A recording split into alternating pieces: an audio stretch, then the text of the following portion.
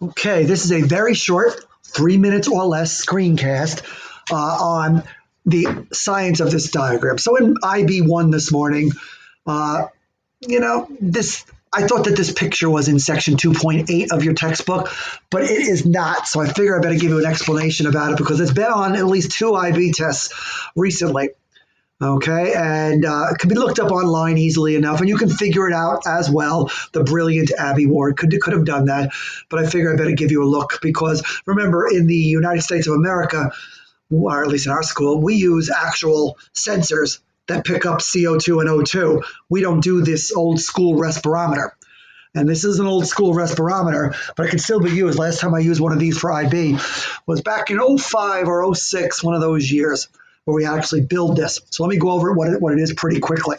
All right, you have 2 test tubes. All right, this test tube on this side is a control. So we're really not going to be referring to it that much. So test tube on the left is the control. The test tube on the right is where all the action is going on. And in a respirometer, you have cell respiration. You are using oxygen and you're producing carbon dioxide.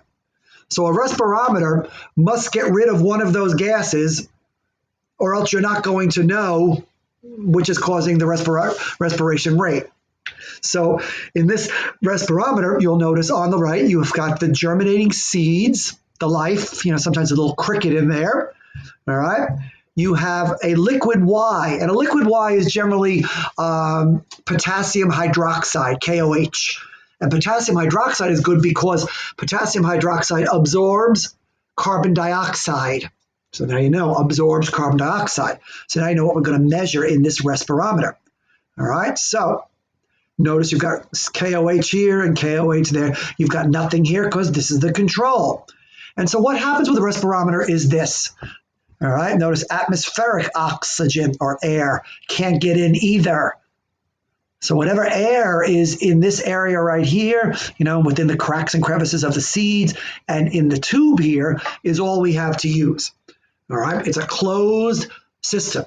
We don't let anything in. You can see there's nothing getting in over here, closed system.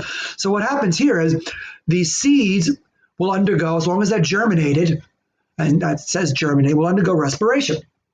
And they will take up oxygen and produce carbon dioxide. You know that the potassium hydroxide, right here, KOH, is going to absorb the carbon dioxide gas, getting rid of it.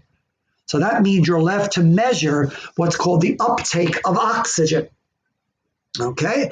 And what we do with the uptake of oxygen, of course, remember, once oxygen is removed from the air here, it's going to create what we call a negative pressure.